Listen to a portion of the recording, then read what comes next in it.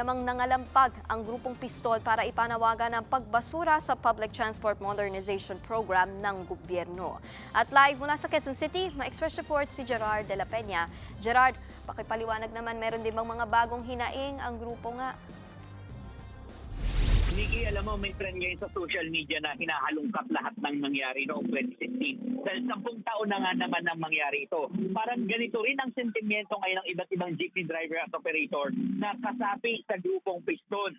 2016 daw kasi simula ng ipatupad ng PUV Modernization Program na ngayon ay Public Transport Modernization Program na hanggang ngayon ay nagpapahirap sa kanilang buhay. Nagpunta ngayon ang grupo sa labas ng opisina ng Department of Transportation para iprotesta ang patuloy na pagpilit umano ng ahensya sa PUVMP.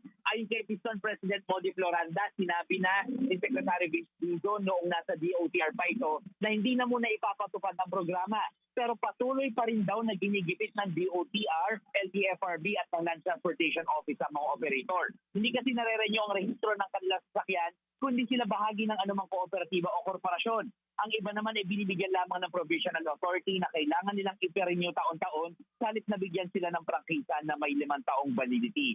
Dahil dito, ayon sa Piston, tinatayang nasa 500,000 mga tsuper at operator na ang nawala ng kabuhayan. Balak ng Piston na mag-mass application ng mga provisional authority ngayon.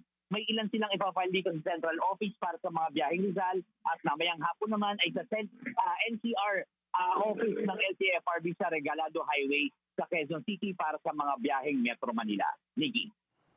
Yan ang Express Report ni Gerard de la Peña.